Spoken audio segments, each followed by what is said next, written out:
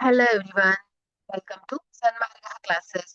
ನಕ್ಷೆಗಳ ಪರಿಚಯ ಅಧ್ಯಾಯದ 22ನೇ ಪ್ರಶ್ನೆಯನ್ನ ಗಮನಿಸಿ. ಕೊಟ್ಟಿರುವ ರೇಖಾ ನಕ್ಷೆಯು ಒಂದು ಉತ್ಪಾದನಾ ಕಂಪನಿ ವಾರ್ಷಿಕ ಮಾರಾಟ ಅಂಕಿಅಂಶವನ್ನ ಮಿಲಿಯನ್ಗಳಲ್ಲಿ ತೋರಿಸ್ತಾ ಇದೆ. ಯಾವ ವರ್ಷಗಳಲ್ಲಿ ಮಾರಾಟ ಹಿಂದಿನ ವರ್ಷಕ್ಕಿಂತ ಕಡಿಮೆ ಆಗುತ್ತೆ? ಇಲ್ಲಿ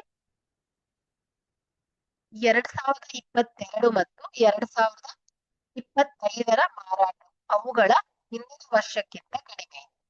ನೋಡಿ, 2022, 2025. ಸೊ ನೋಡಿ, 2022 ಮತ್ತು 2025ರ ಮಾರಾಟವು ಅವುಗಳ ವರ್ಷಕ್ಕಿಂತ ಕಡಿಮೆ ಆಗಿದೆ. ಸೊ ಹಿಂದಿನ ವರ್ಷಕ್ಕಿಂತ ಕಡಿಮೆ ಆಗಿದೆ. ಸೊ ಇದು ಹಿಂದಿನ ವರ್ಷಕ್ಕಿಂತ ಕಡಿಮೆ ಆಗಿದೆ. ಅಂದ್ರೆ 2002 2005ರ ಮಾರಾಟವು ಅವುಗಳ ಹಿಂದಿನ ವರ್ಷಕ್ಕಿಂತ ಕಡಿಮೆ.